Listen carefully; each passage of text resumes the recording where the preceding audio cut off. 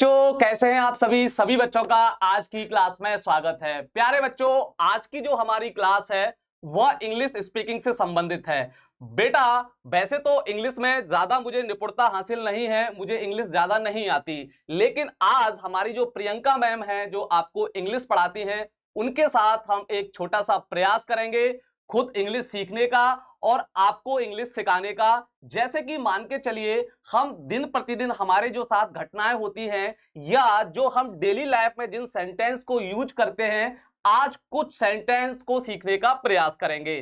ध्यान रखिए, हम हिंदी मीडियम वाले बच्चों के साथ यही समस्या होती है कि सर एक्चुअल में ना तो हम हिंदी बोल पाते हैं और ना ही हम इंग्लिश बोल पाते हैं और ना ही हमको इंग्लिश समझ में आती है।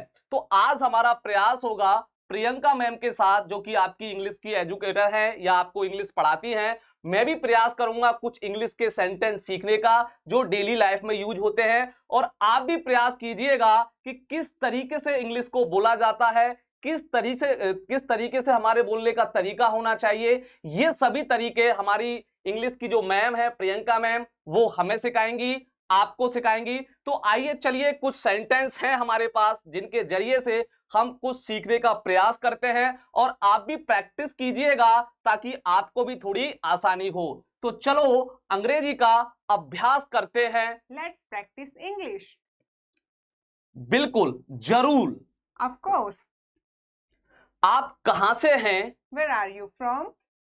क्या आप समझ रहे हैं ना मैम? Do you understand? क्या आपने वो सुना? Did you hear that? वह बीमार थी। She was ill.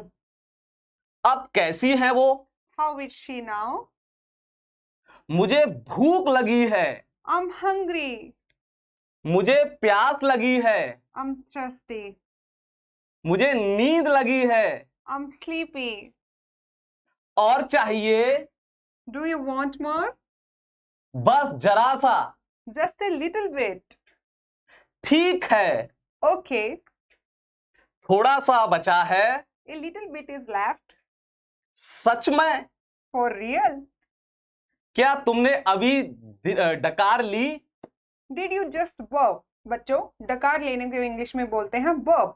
दरअसल मेरा पेट भर गया। Actually, my tummy is full. मेरा भी। Mine as well. देखने के लिए धन्यवाद। Thanks for watching. तो प्यारे बच्चों, आपने देखा कि किस तरीके से जो सेंटेंस होते हैं हिंदी में, या उनको किस तरीके से हम इंग्लिश में बोल सकते हैं। ये आपको जो बोलने का तरीका है, यह प्रैक्टिस के आधार पर ही आपको आएगा। जैसे हम हिंदी में जिन सेंटेंस को बोलेंगे, उन्हीं सेंटेंस को मैम इंग्लिश में कन्वर्ट करके बताएंगी कि किसी हिंदी सेंटेंस को इंग्लिश में कैसे कन्वर्ट किया जाता है।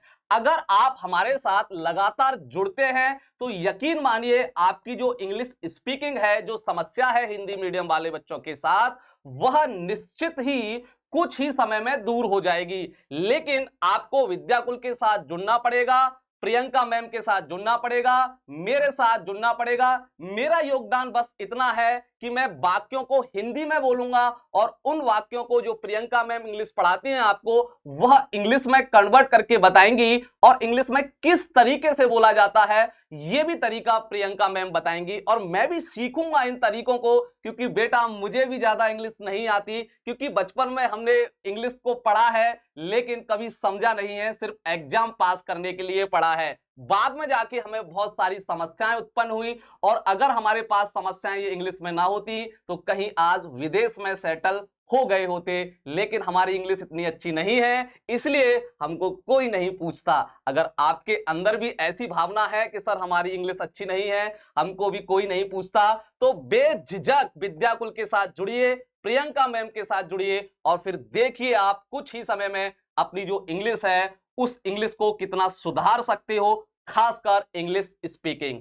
तो प्यारे बच्चों, ऐसे ही सेशन हम आपके लिए लेके आते रहेंगे, साथ ही साथ आपको सिखाते रहेंगे कि इंग्लिश को किस तरीके से स्पीकिंग के तौर पर देखा जाता है। जब तक के लिए आप अपना ख्याल रखिए। धन्यवाद, नमस्कार।